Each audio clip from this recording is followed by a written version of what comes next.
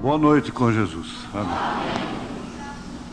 Alegrai, entre aspas, alegrai a vida. Buscai algo que vale a pena fazer, mesmo enquanto trabalhando naquilo que é necessário para a vossa manutenção. Alegrai-vos com alguma coisa todos os dias.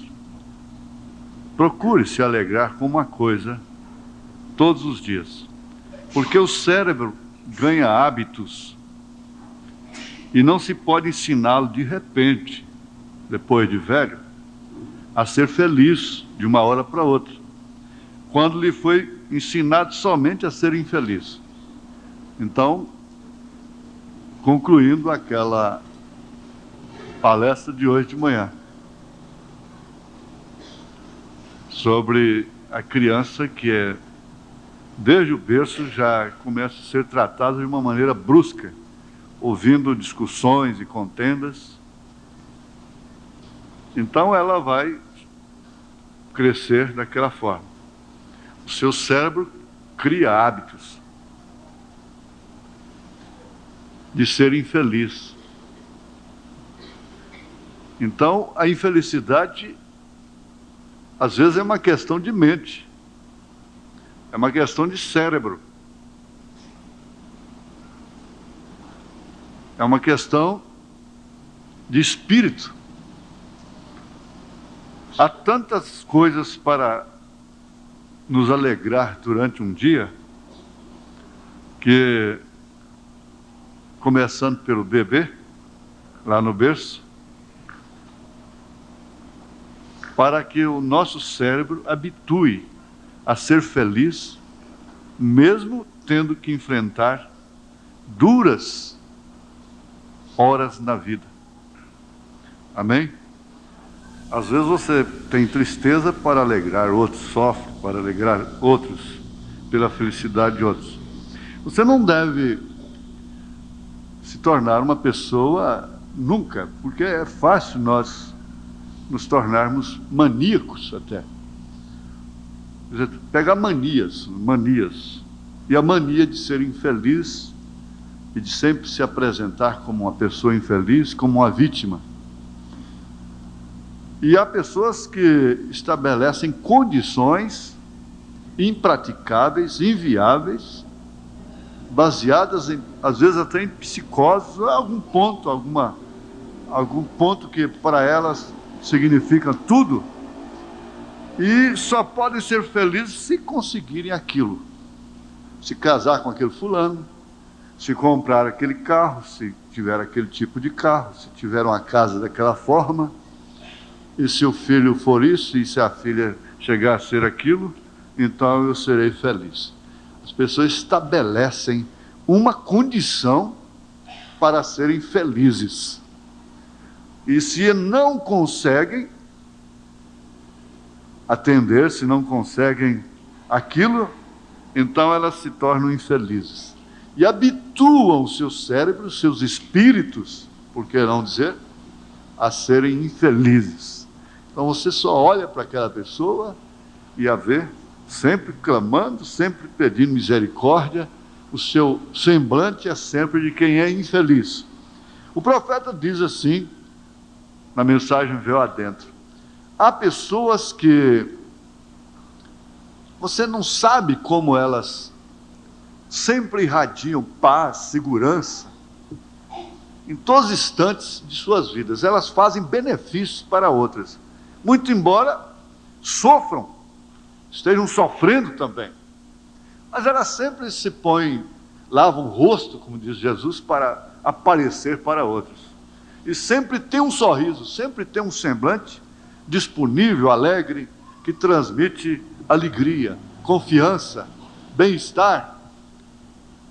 E essas pessoas estão aqui dentro. Glória a Deus, amém? Graças a Deus. Vamos ler o versículo 19 somente. Isaías 59. Então temerão o nome do Senhor desde o poente, e a sua glória desde o nascente do sol. Vindo o inimigo como uma corrente de águas, o Espírito do Senhor arvorará contra ele a sua bandeira. Amém? Senhor Jesus, se nós estamos aqui, é porque a graça do Senhor nos trouxe aqui. E nós queremos demonstrar um pouco de felicidade ao Senhor. Isto quer dizer satisfação por estarmos aqui. Todos nós, os visitantes também, estamos satisfeitos ouvindo esses hinos tão bem cantados, tão bonitos, tão inspirados. E a Tua palavra a nosso favor, em nome de Jesus Cristo, ó Deus, abençoa mais a cada um. Unge a cada palavra, a cada partícula do culto, cada hino, cada oração, ó Pai. Receba diante do Teu trono da graça, em nome de Jesus Cristo. Amém. Assentai-vos. Eu estou aqui para ensinar a igreja e a mim mesmo. É o que disse o irmão Brenner. Outro dia um irmão orando disse: te agradecemos, ó Pai, por esta chuva de ensinamento. De fato, o lavrador cristão, ele agradece a Deus pela chuva. E sabe o que a chuva significa para a sua lavoura. Principalmente se está havendo uma seca por lá. Está havendo, assim, uma estiagem aos arredores, pelos arredores. Ele sabe o que significa a seca. Significa morte. Significa prejuízo. Significa fome. Então, quando começa a cair aquela chuva, ele tira um suspiro forte, profundo. Há muitos deles que saem na chuva, gritando, dando glórias a Deus, agradecendo a Deus. E se tem uma chuva que nós devemos agradecer aqui, é exatamente essa que o irmão agradeceu naquela oração. Te damos graças, ó Pai, por esta chuva de ensinamento. Eu tenho recebido, na verdade, muitas afrontas, das quais, grande parte delas, eu sou o próprio culpado. Mas eu recebo tanto testemunho, escrito, falado, do quanto tem feito estes ensinamentos. E sem medo de errar, eu digo: Deus está me preparando para algo. E a preparação de Deus não é como nós pensamos. E eu poderia afirmar de uma maneira mais abrangente: está nos preparando. Nos preparando para algo não propriamente para um espetáculo público. Pelo contrário, o que pode acontecer de público é vergonha, é decepção, é contradição. Mas o que vai acontecer na madrugada, em força de expressão, lembrando-nos de que foi exatamente na madrugada, quando o sereno descansava a terra, que a vara seca de Arão reverdeceu. Naquela madrugada, ela reverdeceu, cresceu, deu flores e deu fruto. Na mesma madrugada.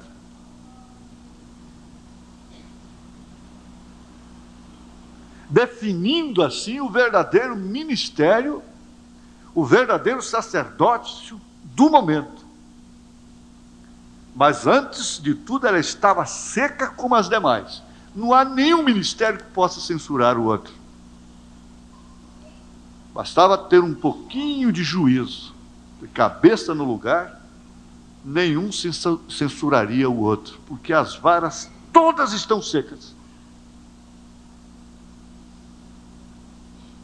Agora, uma há de se reverdecer.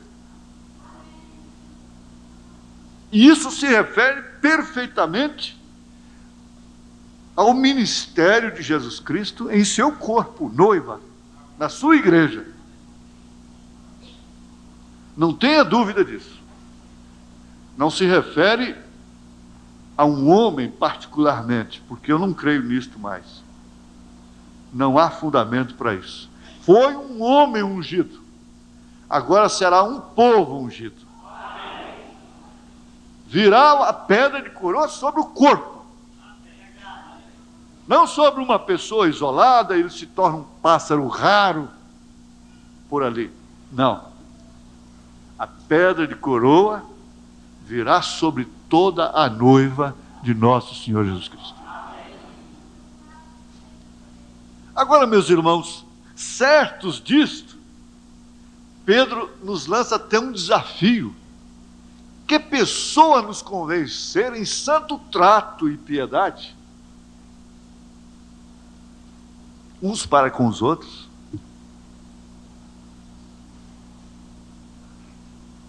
Deus está nos preparando para a palavra falada. Ah, sim, isso é certo. Quando não será necessário orar mais, mas sim falar. E como nós fomos lembrados aqui sexta-feira à noite, de que nós complicamos as coisas, e foi bem lembrado, eu lembro que Deus nos trouxe aquela lembrança, me veio aquela inspiração na hora, se aquela mãe tinha 4 fraldas para o seu bebê, que nasceu no dia que Israel saiu do Egito, ela iria trocar a 4ª fraldinha do seu bebê lá na terra prometida. Se não fosse a cabeça dura, se não fosse o questionamento, se não fosse as interrogações, se não foram as murmurações, os sentidos ofendidos, sensíveis ao tato, ao paladar, à visão, à audição, ao que vê, ao que apalpa. Se não for isto, ela iria trocar a 4ª fralda daquele bebê lá dentro da terra prometida, lá em Canaã. Mas o que aconteceu? Aquele bebê chegou lá com 40 anos de idade, por causa da cabeça dura. Não falando daqueles que morreram no deserto. Nós lembramos agora no rádio sobre o tempo, isso tem mais de 15 anos atrás, havia caminhões, automóveis, que quando acabava a partida, tocava-se na manivela. Foi muito bem aplicado isso aí. Muito bem. Eu sei que foi. A mensagem do profeta vem trabalhando a igreja para a palavra falada. E isto se refere, sem dúvida alguma, à última explosão dos 7 trovões. Se refere, sem dúvida alguma, à terceira etapa. O complemento da terceira etapa. Porque a morte não pôs fim ao ministério do profeta. Enquanto a noiva estiver aqui, ele é o pastor dela.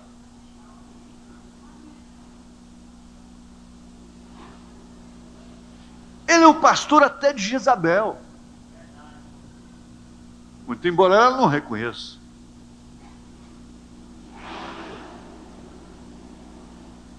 Agora, prestemos bem atenção nisso. A nossa cabeça dura obriga a Deus nos levar a certas circunstâncias, a determinadas dificuldades. O profeta diz: infelizmente é necessário uma emergência. E como nós não podemos ir pelo simples toque da pomba, um toquezinho da pomba levava o cordeiro aonde ela queria. A pomba, o Espírito Santo; o cordeiro, Jesus. Um pequeno toquezinho o levou para o monte. Levava para Nazaré, levava para a Galileia, levava para onde ele queria. O profeta disse: se aquilo estivesse sobre um lobo, de cabeça desobediente, não é? Perversa, para começar, ele nem desceria sobre aquilo, porque sabe que ele não obedece. Mas Jesus foi dirigido simplesmente pelo leve toque da pomba, até para a cruz, para morrer, para o sacrifício. E hoje de manhã nós aprendemos que ele não clamou a Abba Pai num banquete lá com os pecadores, porque ele teve muitos banquetes, foi até censurado por isso. Não, ele clamou a Abba Pai quando ele estava suando sangue, lá no Getsemane. Então, infelizmente, nós precisamos de uma certa emergência, e vai ser, digo isso de uma maneira, por um lado, temerosa, mas por outro lado, até convicta. Vai ser necessário Deus não ouvir mais as nossas orações em ponto algum. Fechar a cortina, deixar o diabo falar conosco. Você já sabe de que eu estou me referindo. Quando ele estava lá com a mulher morta no necrotério, seu pai morto, seu irmão na sepultura, ainda com flores na sepultura, sua menininha morrendo ali com meningite. Ele disse: Deus fechou a cortina e não quis falar comigo. E quando Deus não quer falar comigo, então é hora do diabo falar. Aí vem a voz da razão, dos sentimentos feridos, e nós passamos a obedecer os sentidos feridos, os sentimentos, de uma maneira como Jesus obedecia à pomba. E por isso damos a volta de 40 anos, quando podia ser 4 dias, 3 dias. É isso que dificulta. Infelizmente, a mente humana, o homem, faz questão que seja dessa forma.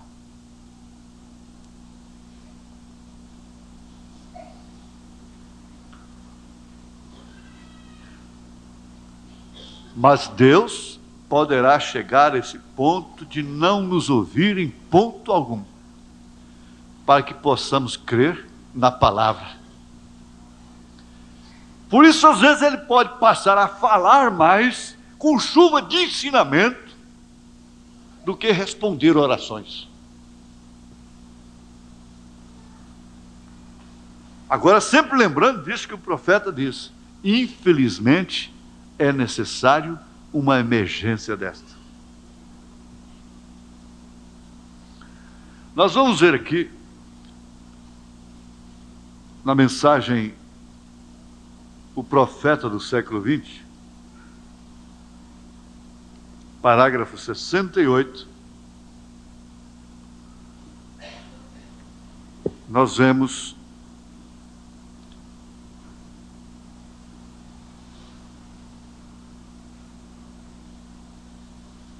porém Veja, vou corrigir.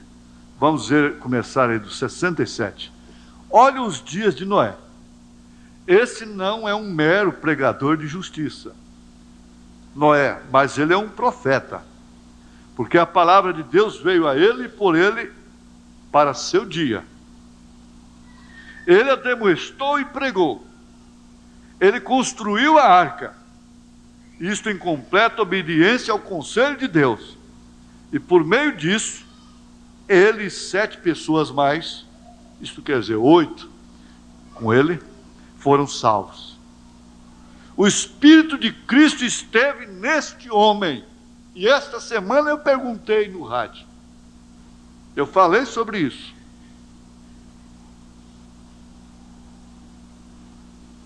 Se todo mundo tivesse crido na mensagem de Noé. Então eu perguntei pelas pessoas. E como faria então? Qual a arca que ia caber todo mundo? Não, simplesmente não viria o dilúvio. Simplesmente não viria o dilúvio sobre a terra, não cairia o juízo, como aconteceu com Nínive, quando se arrependeu, sob a mensagem de Jonas. Então o juízo não veio. E o profeta diz isto, que se todo mundo pudesse simplesmente obedecer ao Espírito Santo, não haveria nenhum casamento errado, consequentemente não haveria nenhum divórcio. Não haveria nenhuma separação. Não havendo nenhum casamento errado, não haveria nenhuma consequência para vir sobre a terra. Não teríamos filhos aleivosos, rebeldes, desobedientes aos pais, ingratos, profanos, para cumprir a profecia de São Paulo nesse sentido. Mas Deus não expressaria, não teria como expressar os seus atributos, pelos quais ele permitiu a queda lá no Éden, de Salvador, de curador, de Deus. Deus nunca perdeu uma semente dele. Quando eram apenas para ser salvo 8 almas, 8 pessoas, então foram salvas somente 8. E pela dureza do coração daquele povo, eles não creram, e por isso não entraram na arca, enquanto cachorra, porca, cavalo, jumento, burro, animais irracionais entraram na arca, o homem não entrou.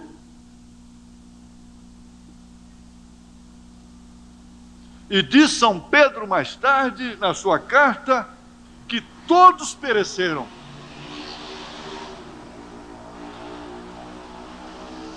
Ele disse que todas aquelas almas estão em prisão, em cativeiro. E que quando Jesus morreu, ele desceu lá para pregar, dizer para eles: essa aqui foi a mensagem de Noé. A arca sou eu. Vocês não creram.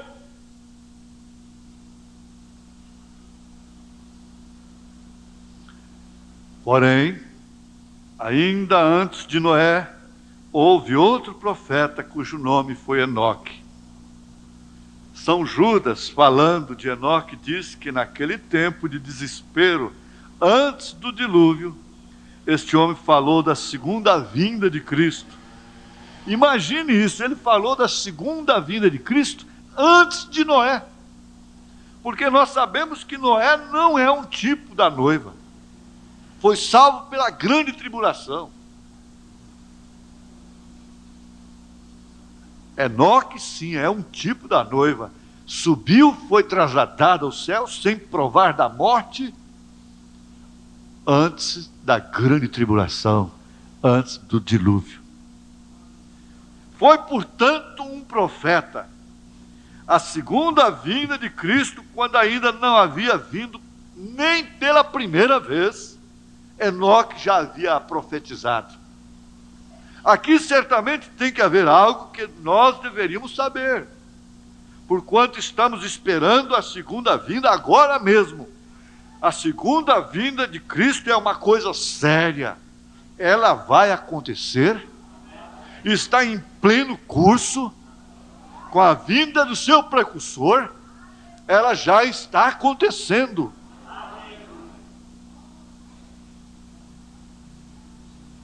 Então não deve colocar sentimentos acima deste grande momento, desta grande bem-aventurança de estar no arrebatamento.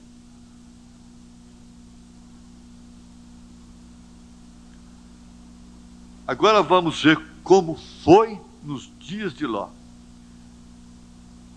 A partir do parágrafo 71, o profeta diz: examinemos os dias de Ló, quando Sodoma foi destruída.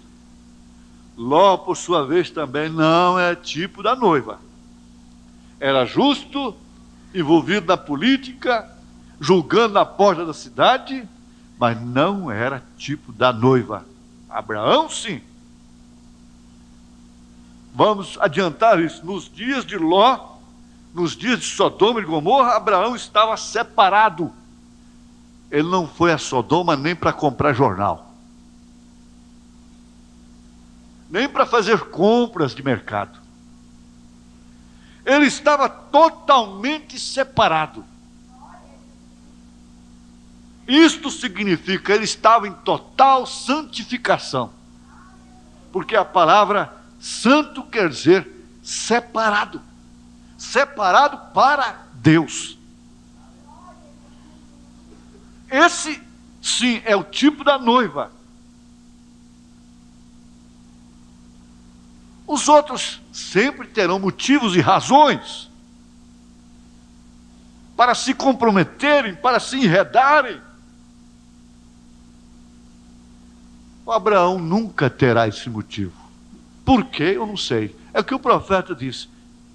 Há pessoas que gritam, choram e suplicam e nunca ancoram, nunca estão seguras, nunca entram véu adentro. Enquanto outras você não sabe o que elas fazem, elas estão sempre irradiando gozo, segurança, paz de espírito, alegria na alma. Por que isto?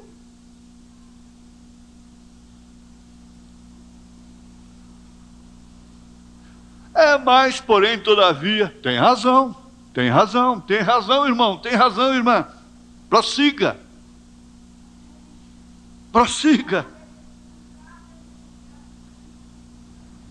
A história a encontramos em Gênesis capítulo 18 e 19. Aqui de novo, não sabemos olhar somente ao lado dos perversos, ou não devemos olhar somente ao lado dos perversos, das coisas más que estão acontecendo, dos barcos que afundam antes de chegarem nos portos. O profeta diz: você fica lançando mão e citando só aquele que afundou, só o mau testemunho, mas aqueles que chegam lá no porto você não cita.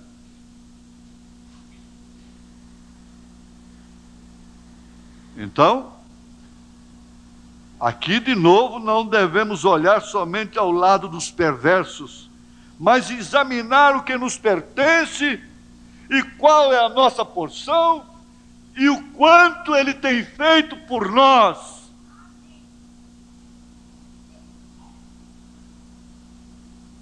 A maior coisa que Deus já pôde fazer por Abraão foi mantê-lo separado de sua parentela, foi mantê-los separados de Sodoma e de Gomorra, e mais do que isso, se manifestar a ele, e ele ter a revelação de chamá-lo de Senhor, adorá-lo como Senhor, ver três e disse: meu Senhor. Exatamente o que vem acontecendo com esse povo.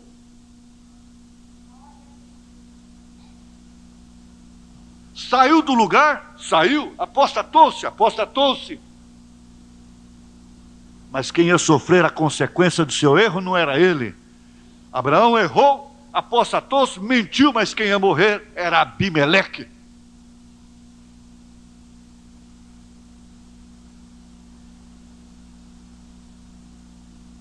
Consciente ou inconscientemente, prevalecendo do seu erro, de sua apostasia, de sua mentira, Abimeleque iria deitar com sua esposa, e não podia de forma alguma. Abimeleque não pode deitar com a esposa de Cristo. O diabo não tem assunto, não tem uma noite com a esposa do Cordeiro, de forma alguma. Nunca, jamais. Ela entrará em fornicação espiritual. Jamais. Portanto, nós devemos examinar o que nos pertence e qual é a nossa porção, para assim sermos mais agradecidos e, consequentemente, mais felizes.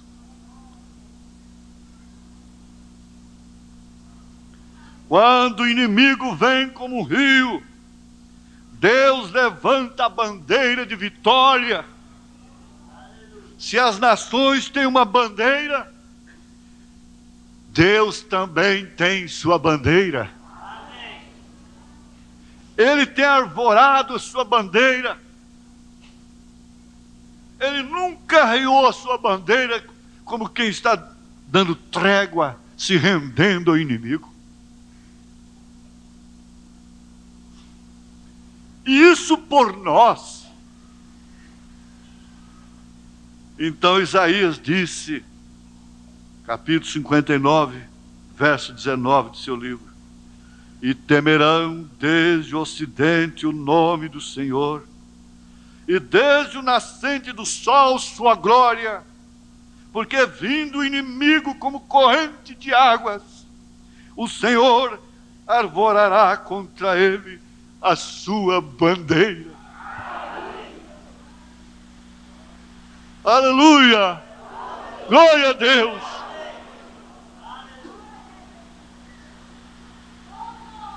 Bem, o inimigo tem vindo. Convém, pois, que levantemos esse estandarte de vitória, levantando não punhos cansados, frouxos, relaxados, acovardados. Eu gosto daquilo que o profeta diz ao enfrentar o câncer. Ele diz: as minhas mãos são sujas, Satanás, mas as de Jesus são limpas. Eu não vou te expulsar, não é em meu nome, não é pelas minhas mãos, mas é pelo nome, é pelas mãos de Jesus Cristo. Eu não tenho razão de me acovardar.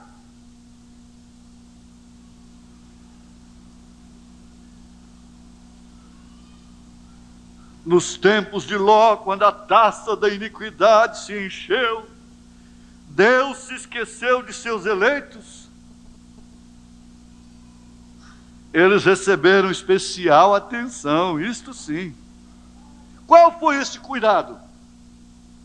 Deus apareceu a Abraão, veio a Abraão, e ali no calor do dia, enquanto Abraão estava sentado à porta, não da cidade julgando, mas à porta de sua tenda, ele viu 3 homens que se aproximavam. Ele, levantando-se apressadamente, correu e caiu aos pés de um deles e clamou: meu Senhor. Aleluia! Isso é tão bonito, é tão maravilhoso que causa felicidade. Você pode ver em sua mente, em seu coração, em seu pensamento, esse quadro tão maravilhoso. Aquele patriarca, o qual nós devemos abraçar constantemente, todos os dias. O profeta acaba de dizer nessa fita, que quando ele fez isso, eu estava com ele. Você estava com ele naquele ato.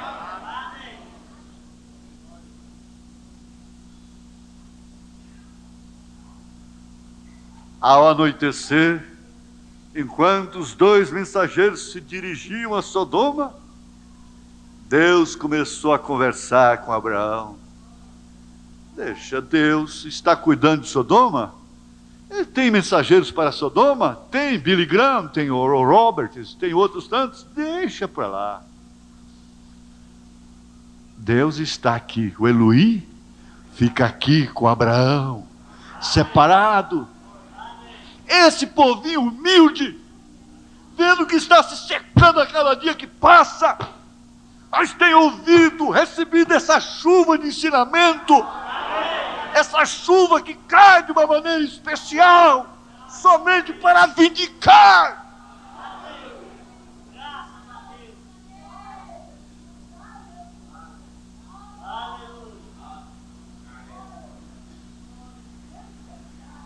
Eu não tenho que dizer isto, porque todos sabem, Ele está aqui.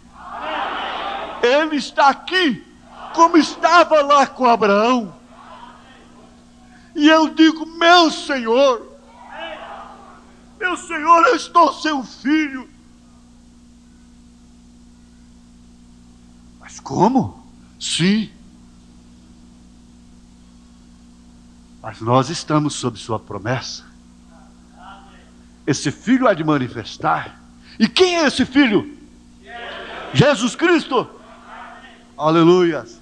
Amém. Ó, Deus deu a Abraão, profeta de Deus, hein, a revelação da destruição de Sodoma. Você tem que ter a revelação da destruição de todo esse sistema social, todo esse sistema mundano, todo esse cosmo.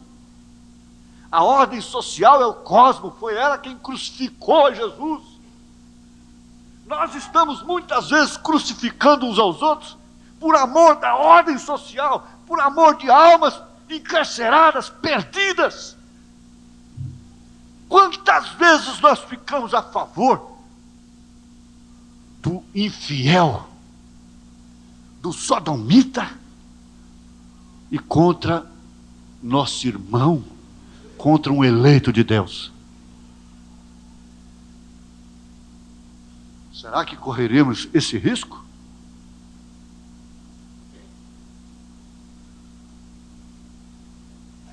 Em Gênesis capítulo 18, verso 17, Deus disse: encobrirei eu Abraão, o que vou fazer?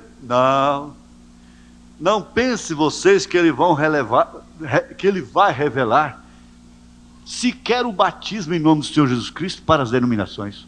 Não espere isto, não.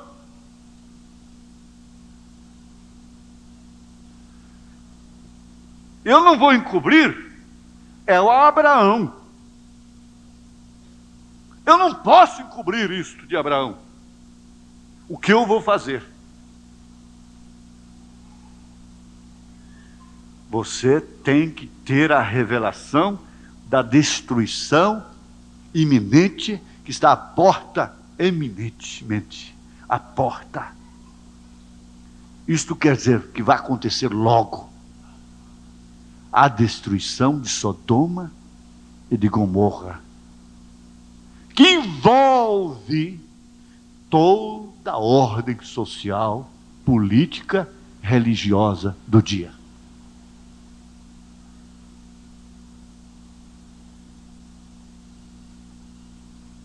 Agora você vai se encontrar com Abraão no mesmo lugar que ele estava ali.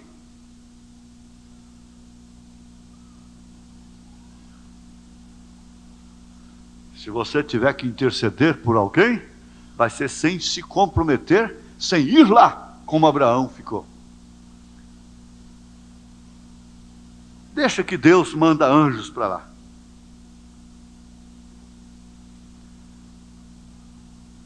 Encobrirei eu a Abraão o que vou fazer? Hein? Encobrirei eu a esta noiva o que vou fazer? Não, não, não. Não, ele não podia fazê-lo, porque Deus revela a seus servos, os profetas, as coisas que se propõe fazer. E enquanto estava revelando a Abraão tudo relacionado à destruição de Sodoma, também lhe revelou a chegada do filho, o qual Abraão tanto anelava. Uma característica de que você está em Abraão é que não tem um dia sequer, mesmo que seja levado pela pressão, que você não deseje que Jesus venha. Todos os dias você deseja. Existe uma palavra na Bíblia que quer dizer: ora vem, Senhor Jesus. Maranata. Vamos dizer? Maranata. Maranata. Então cessará todo gemer, tudo que você não entende.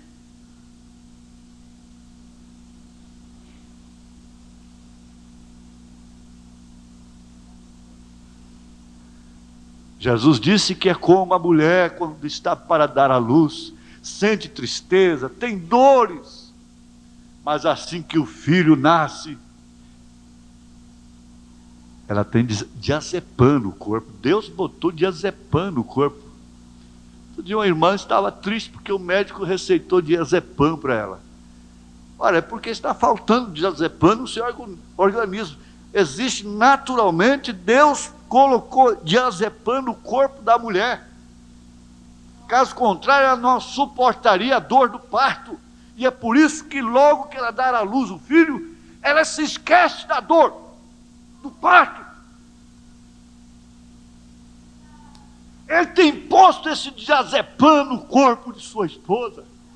Esse diazepam é o Espírito Santo, que te levará a suportar todas as dores de parto. Ela está sofrendo contrações já para dar à luz o filho. Isso significa que Jesus vai se manifestar nas nuvens e ela irá ao seu encontro.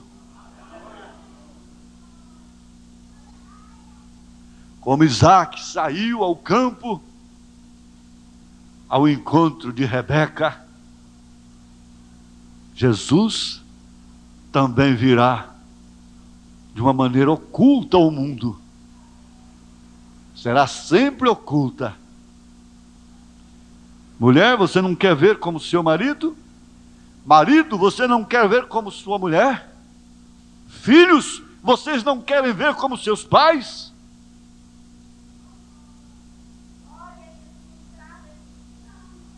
Por isso que a noiva vê igualzinho. É uma só fé, um só batismo, um só Senhor, um só Deus, Pai sobre nós, Filho conosco, Espírito Santo em nós. Ela vê igualzinho, unanimemente. Quando ele se manifesta, ela verá.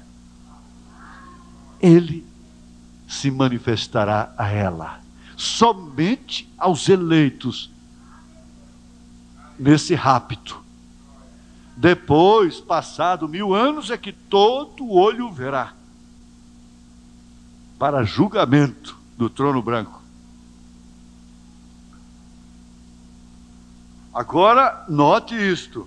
Aqui está Deus em carne humana, revelando a Abraão o tempo da chegada do filho. Enquanto faz Sara rir em seu coração, então Deus de costa para a tenda onde estava Sara, conheceu que esta havia rido em seu coração.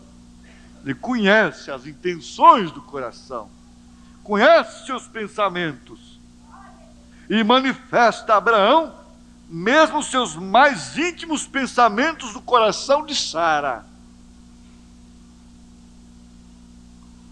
O grande profeta lê o coração de Sara. Isso significa o marido que conhece o coração da esposa. Quantos homens vivem 30, 40, 50 anos com uma mulher e não conhecem o seu coração?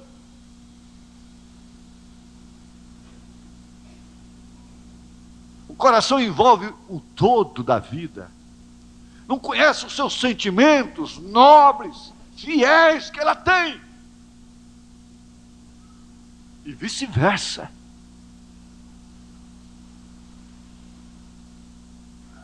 Mas as pessoas verdadeiramente casadas começam a pensar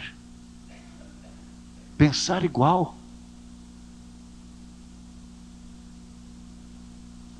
Não quer dizer que tenha os mesmos gostos. Eu gosto, diz o profeta, eu gosto de torta de maçã.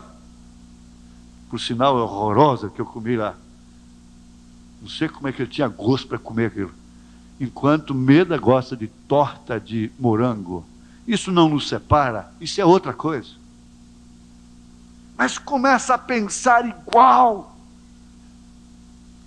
E aquele marido passou a conhecer o coração de sua esposa através de Deus.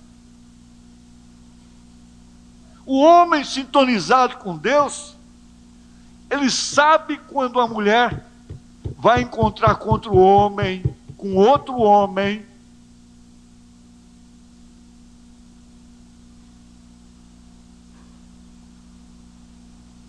O grande profeta leu o coração de Sara, e isto é exatamente o que deve ser.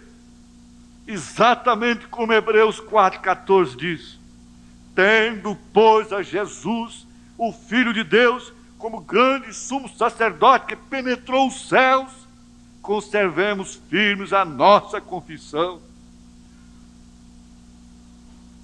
Eu quero terminar como propus. Alegrai a vida, buscai algo que vale a pena fazer mesmo enquanto trabalhando naquilo que é necessário para a vossa manutenção. Alegrai-vos com alguma coisa todos os dias, com alguma coisa. A verdadeira esposa se alegra com a volta do marido. Por quê? Ela anseia, ela anela, ela não está querendo que ele fique mais um dia por lá, para ela ter mais um dia de folga por cá. Não! Alegrai-vos com alguma coisa todos os dias. Alegrai-vos com as promessas de que Ele está vindo.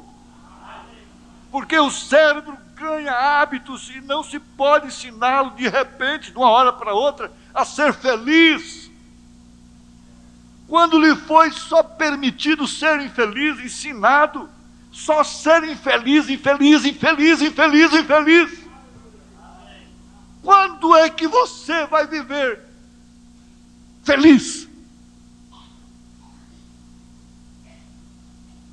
É quando você atina para algo que é real e verdadeiro.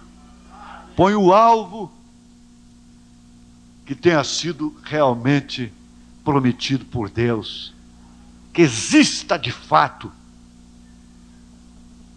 Porque tudo que Deus prometeu existe. O que era para acontecer, já aconteceu. O que é para acontecer, está acontecendo. O que é para acontecer, vai acontecer. Agora, você pode ser feliz? Ele está vindo. Maranata. Ora vem, Senhor Jesus. Ora vem, Senhor Jesus. Ora vem, Senhor Jesus. Não, espera um pouquinho. Não pode não, agora não. Porque eu tenho muita coisa para acertar ainda, senão eu vou para o trono branco.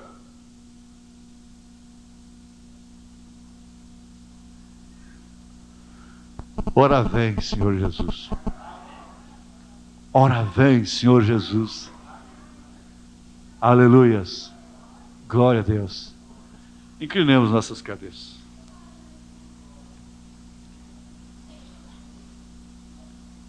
Vindo o inimigo como uma corrente de águas, o Espírito do Senhor arvorará contra ele a sua bandeira. Essa bandeira é a mensagem de cada era. Deus não nos deve nenhum aviso mais. Em eras passadas, o aviso era apenas uma porção. Mas hoje, Ele tem nos dado tudo. Ele não está nos devendo nada. E agora, eu peço a Ele, Senhor, fecha o parênteses para nós. Sela este culto como um culto de vitória do meu irmão, da minha irmã. Não nos deixa complicar as coisas e sermos dirigidos por sentimentos feridos. Mas, ó Pai, dá que cada um possa se alegrar pelo fato de que o Senhor está vindo, de ser uma moça, um rapaz, uma criança, uma mulher, um homem separado como Abraão. Não ficar infeliz porque não pode desfrutar do que o mundo desfruta. Não ter inveja do ímpio por causa da sua prosperidade. Lembrar do Salmo 73. Senhor Jesus, agora põe as tuas mãos santas e unge a cada pessoa aqui para crer na palavra, e que o culto, a atmosfera que a palavra promove é suficiente para tanger, expulsar espíritos maus, espíritos de enfermidades, espíritos diversos que procuram romper a nossa comunhão uns com os outros, a nossa comunhão contigo. Em nome de Jesus Cristo, minha irmã, meu irmão, cria fé na palavra, na atmosfera. Deixa agora a fé da imposição de mãos, da manivela. Creia na palavra falada. Não creia através de sentidos, mas creia através da fé. Aleluia, sujeite os seus sentidos à fé, na palavra, em nome de Jesus Cristo, em nome do Senhor Jesus Cristo. Visitante, você que tem chegado numa boa hora, você vai ter uma fé selecionada. O povo aí está sendo negociado na fé, negociado. Cada dia tem um santo, todos os dias tem santo, depois tem o dia de todos os santos, é intercessão, é queima-vela, é reza a missa por almas, é tanta coisa, é pagando por cura divina, todas essas coisas assim, mas nós já estamos bem na frente disto. Você vai crer na palavra de Deus, na palavra falada, crer que Jesus Cristo é o mesmo ontem, hoje, eternamente, e que tem algo 1000 vezes superior a qualquer coisa que nós desejamos nessa terra, para nós, em nome de Jesus Cristo. Aceite isso, seja batizado, em nome do Senhor Jesus Cristo. Amém. Amém. Glória a Deus.